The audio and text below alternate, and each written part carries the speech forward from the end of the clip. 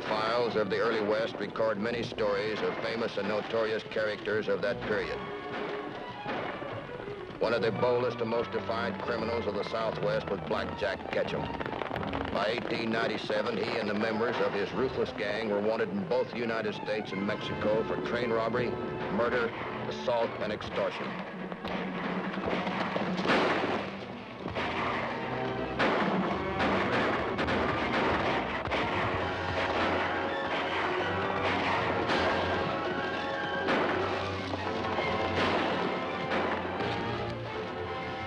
Pass the word to the boys. Tell them to get out of this any way they can. Tell them to meet me at the Cullen Ranch, Clayton, New Mexico. All right, Black Jack.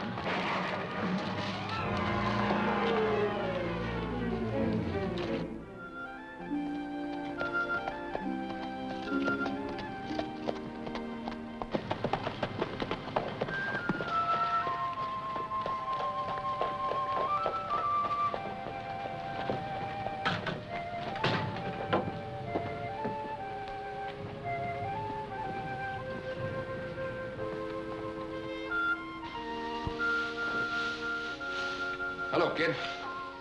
Blackjack! Well, I haven't seen you in a long time.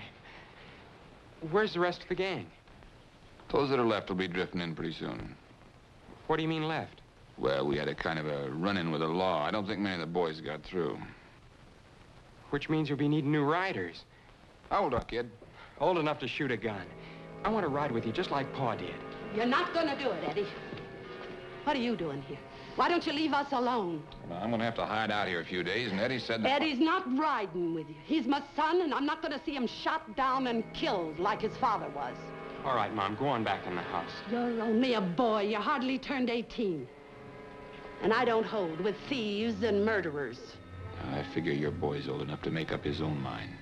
That's right. I'm tired of doing everything around by myself. Besides, there are plenty of things we need around here. Yeah, but not by breaking the law. What did the law ever do for Pa except getting him shot? All right. That's enough woman talk. Now, you're outnumbered and you're overruled, ma'am. You get on back to the house. Not unless Eddie comes with me. Oh, Mom, please. I can have a word with you, Mrs. Cullen. You bring in some wood, Eddie.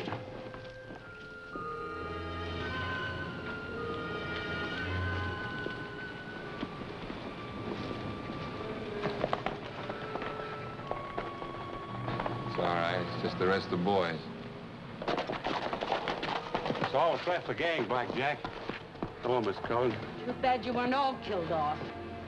Now, look, Mrs. Cullen, we're sorry you lost your husband, but we're going to have to hide out here for a few days. And I'd advise you not to go running into the law. If you don't want something to happen to that boy of yours. Now go fix something to eat. The boys are hungry.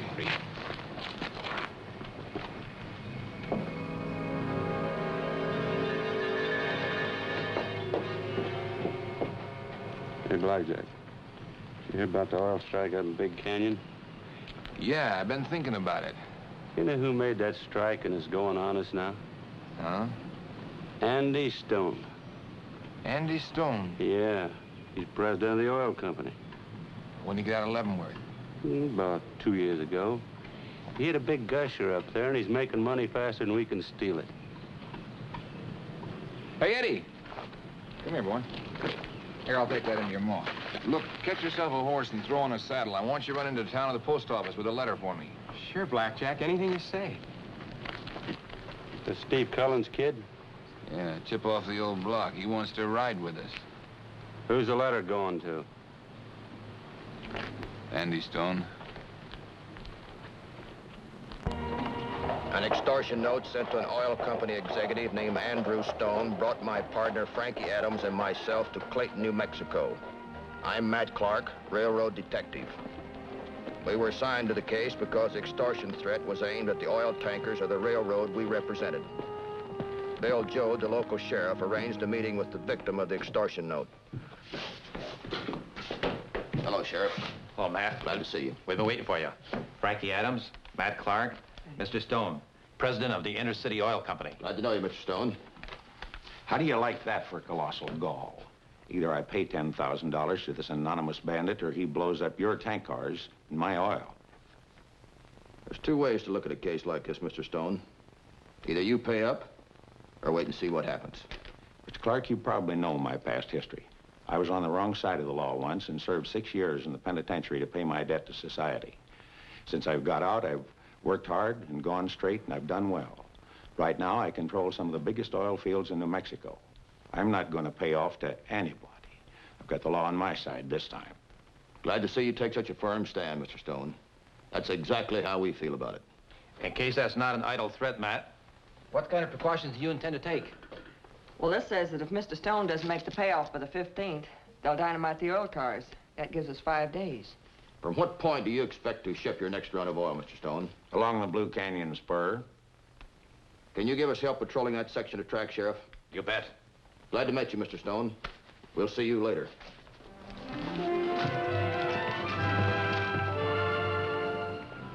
On the day after the threat, Frankie and one of Sheriff Joe's deputies and myself patrolled the country along the Blue Canyon spur.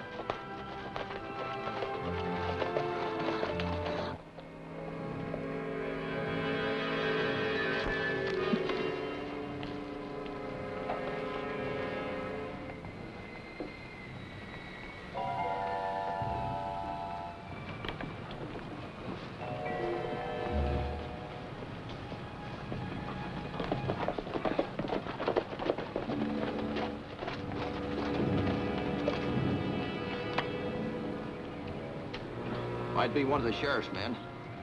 I'll check over by that trestle. You move on ahead and take a look at that tank car it's supposed to move out today. All right, Matt.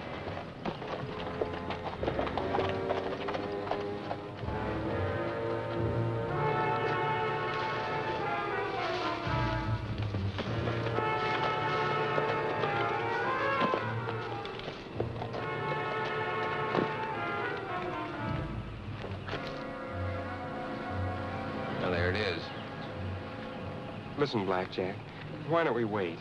How do you know they're not going to pay off? I don't. Stone still has a couple of days to make up his mind. But blowing up that trestle in this oil car will show him we're not just bluffing. Come on, kid. You release the brake. I'll help you get her rolling.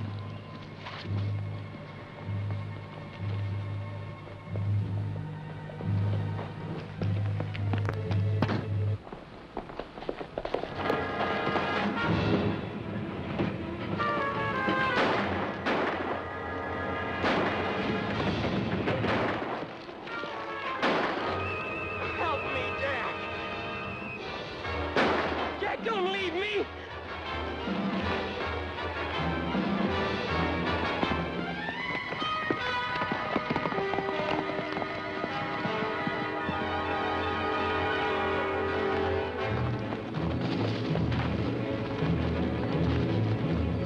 Stay right where you are.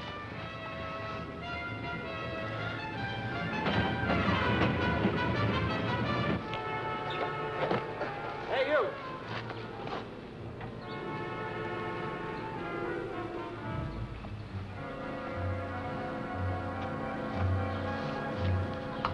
What are you doing up there? Checking the braces. I'm a railroad man. Yeah? I see your card. Not right now, mister. I'm leaving. Just a minute. All right, get over there. Come on. Now sit down. You don't work for the railroad?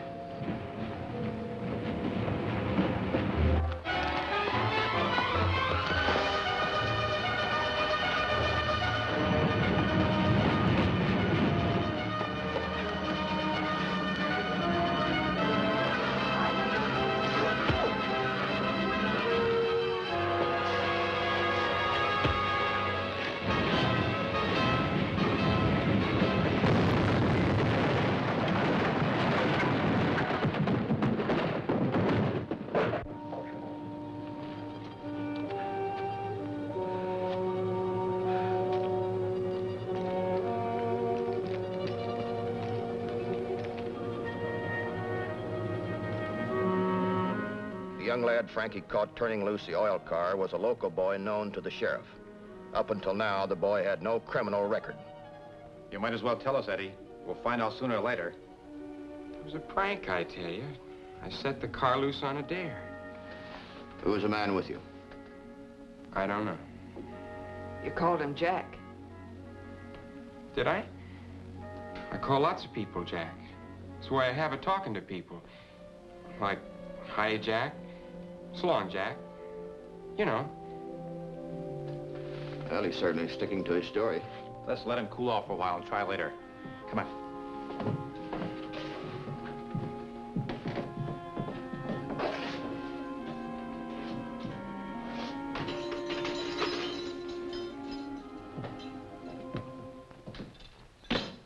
Well, Matt, what now?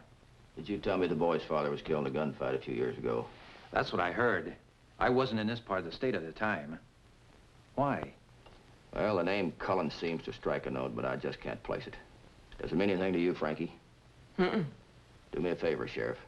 Send wires to Tucson, Denver, and El Paso police departments, requesting a rundown in the name of Cullen. I'll get right on it. Good. I've got an idea, Frankie. Let's go have a talk with Mr. Stone. Bye.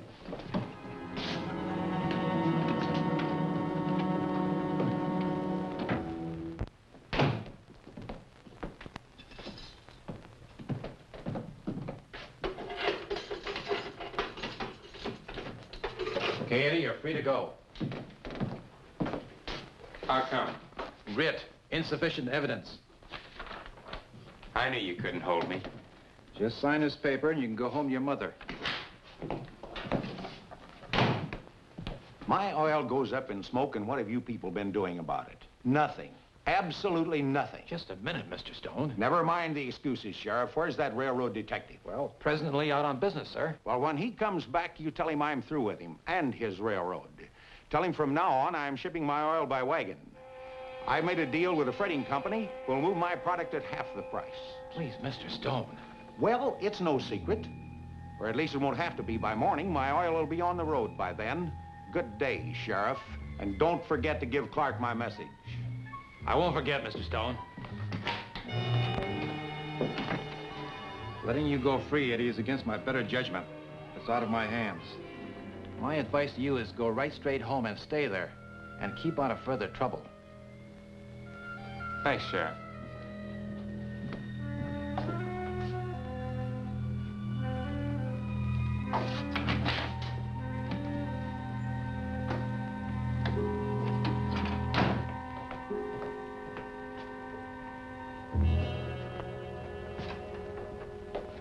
Did you hear? Yeah, every word. Went off perfectly. You did it beautifully, Mr. Stone. Edwin Booth couldn't have done better. I don't know. Seems to me we're taking a lot of chances just to catch a gang of crooks. I've got a mind to pay the money and forget the whole fight. You can't do that now, Mr. Stone. We've gone to all the trouble to muster the finest band of fighting men in the territory. They're anxious to bring law and order to the Southwest for once and all. If they're willing to risk their lives, it seems to me you could risk a contract. Sure, it's only money. But if that oil doesn't go through, I'll be wiped out. I can't tell you not to worry, Mr. Stone. We'll have enough fighting men driving those wagons to get us through a troop of cavalry if we had to. You win. Forget what I said. Much obliged. Put your top men on the wagon, Sheriff. You and I'll follow with the posse and move in at the hottest spot. Let's go.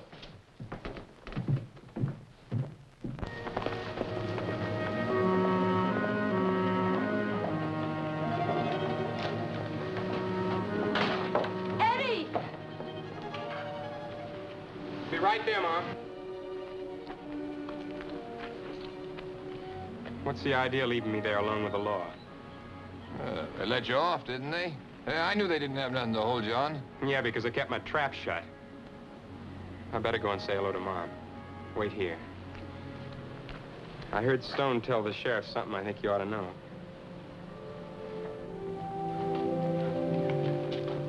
Mom! Come on in the house, Eddie. I gotta know the truth.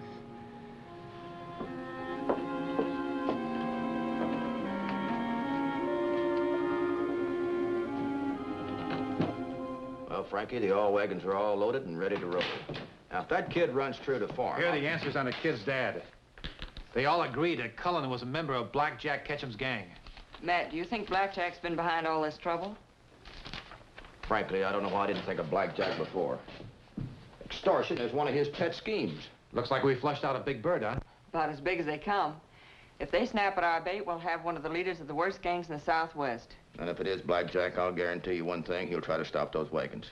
Let's go tell your men we meet at dawn.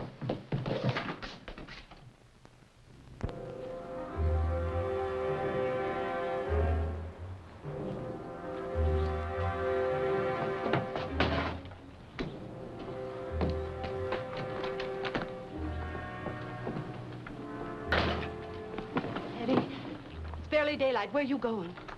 Me and Jack and the boys are going to round up some strays, Ma. I'm begging you, son, don't go with him. Don't trust him. You singing that same old tune, Ma? Now, look here, you're going to listen to me. For once, you're going to listen to me. Do you know how your father was killed? Do you really know? Sure, Blackjack told me all about it. The law gunned him down when he came out with his hands up. He didn't even have a chance to pray. The law shot him because he came out shooting. Because Ketchum sent him out to draw their fire so that Ketchum could get away. Why are you making up that silly story to turn me against Jack? No, it's the truth, I swear it. Your father made his way back here. He was dying. He told me how it happened. Just before he died, he told me. Why didn't you tell me before now? Well, I didn't want you ever to know. There wasn't ever any need for you to know. Hey, Eddie, come on. Yeah, Jack, I'm coming. Don't worry, Mom.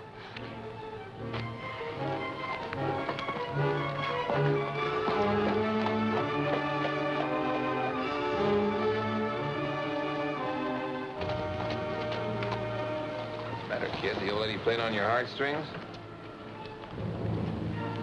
That's right. The oil wagons went out on schedule with only the usual mounted guard riding point. The sheriff and I and some of the possemen rode flank, hidden only by the ridge. Other men flanked the wagons on the other side.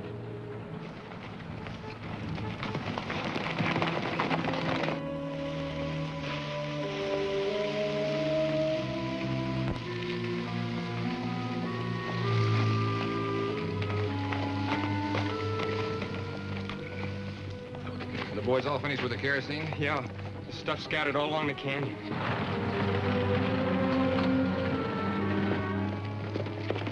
Climb the dust over the hill. I don't want one of those wagons left, understand? You shouldn't have any trouble out of Stone after this, Blackjack.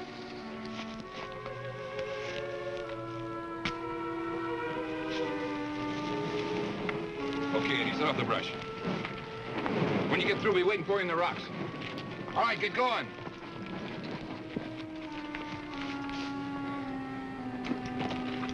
Keep an eye on the kid. If he gets soft, why...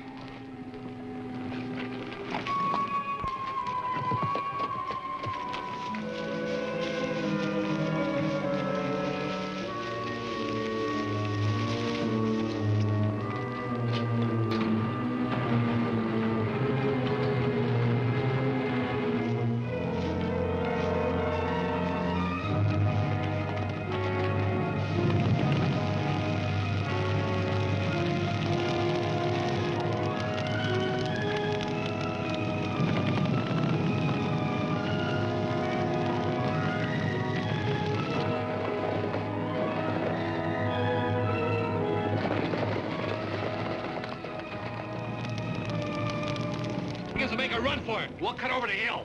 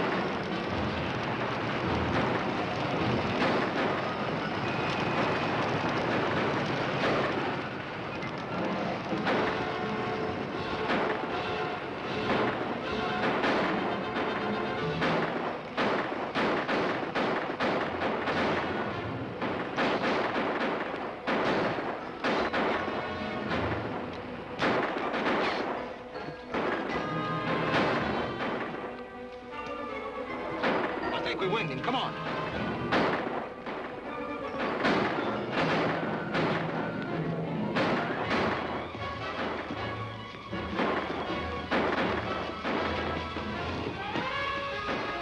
We're trapped.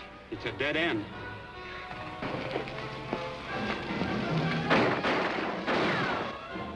Looks like we'll have to make a break for it. You boys go ahead. I'll cover for you. What was that? I said you boys go first. I'll take the dirty end and cover for you. Go on, Covert. You first.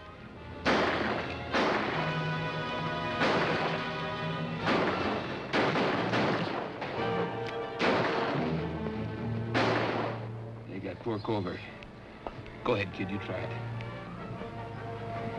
Have you cover for me like you did for him? Like you did for my dad? You run out of here or I'll blow you out. Now move! If we go out, we go together.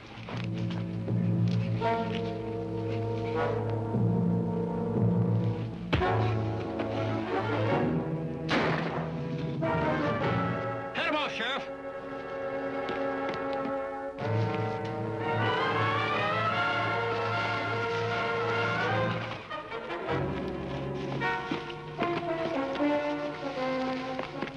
All right, Blackjack.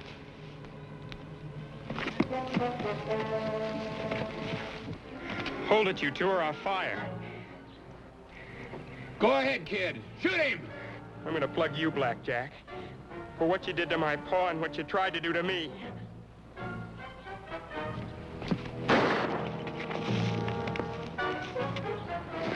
Oh! Get up there. What are you saving him for? Why didn't you let me kill him? Take it easy, kid. We're saving him for the hangman. I don't know why I ever got mixed up in this. Wish I didn't. Wish it was last year. Guess some kids have to learn it the hard way. It's too bad you had to be one of them. Come on. Come on!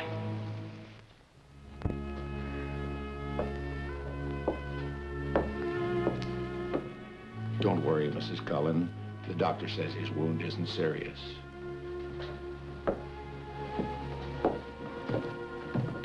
What'll they do to Eddie, Miss Adams? I don't know yet, Mrs. Cullen. But he's not really an outlaw. You must know that. He's only a boy, barely 18. A little wild, maybe, but not really an outlaw. He was caught with the outlaws, Mrs. Cullen. Yeah, but he tried to help them. The detective told me that himself. Please, Mr. Clark. You told me that yourself. Can't anything be done? Well, I'm sorry, Miss. Oh. Ketchum, was this the first time Eddie worked a job with you?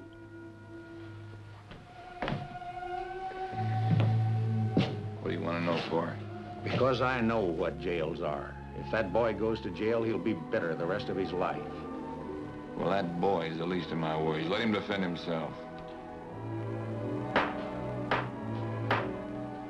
On April the 26th, 1901, in Clayton, Blackjack Ketchum, Will Culver, and the rest of the gang were sentenced to hang for the crime of attacking a railroad, a death penalty in New Mexico.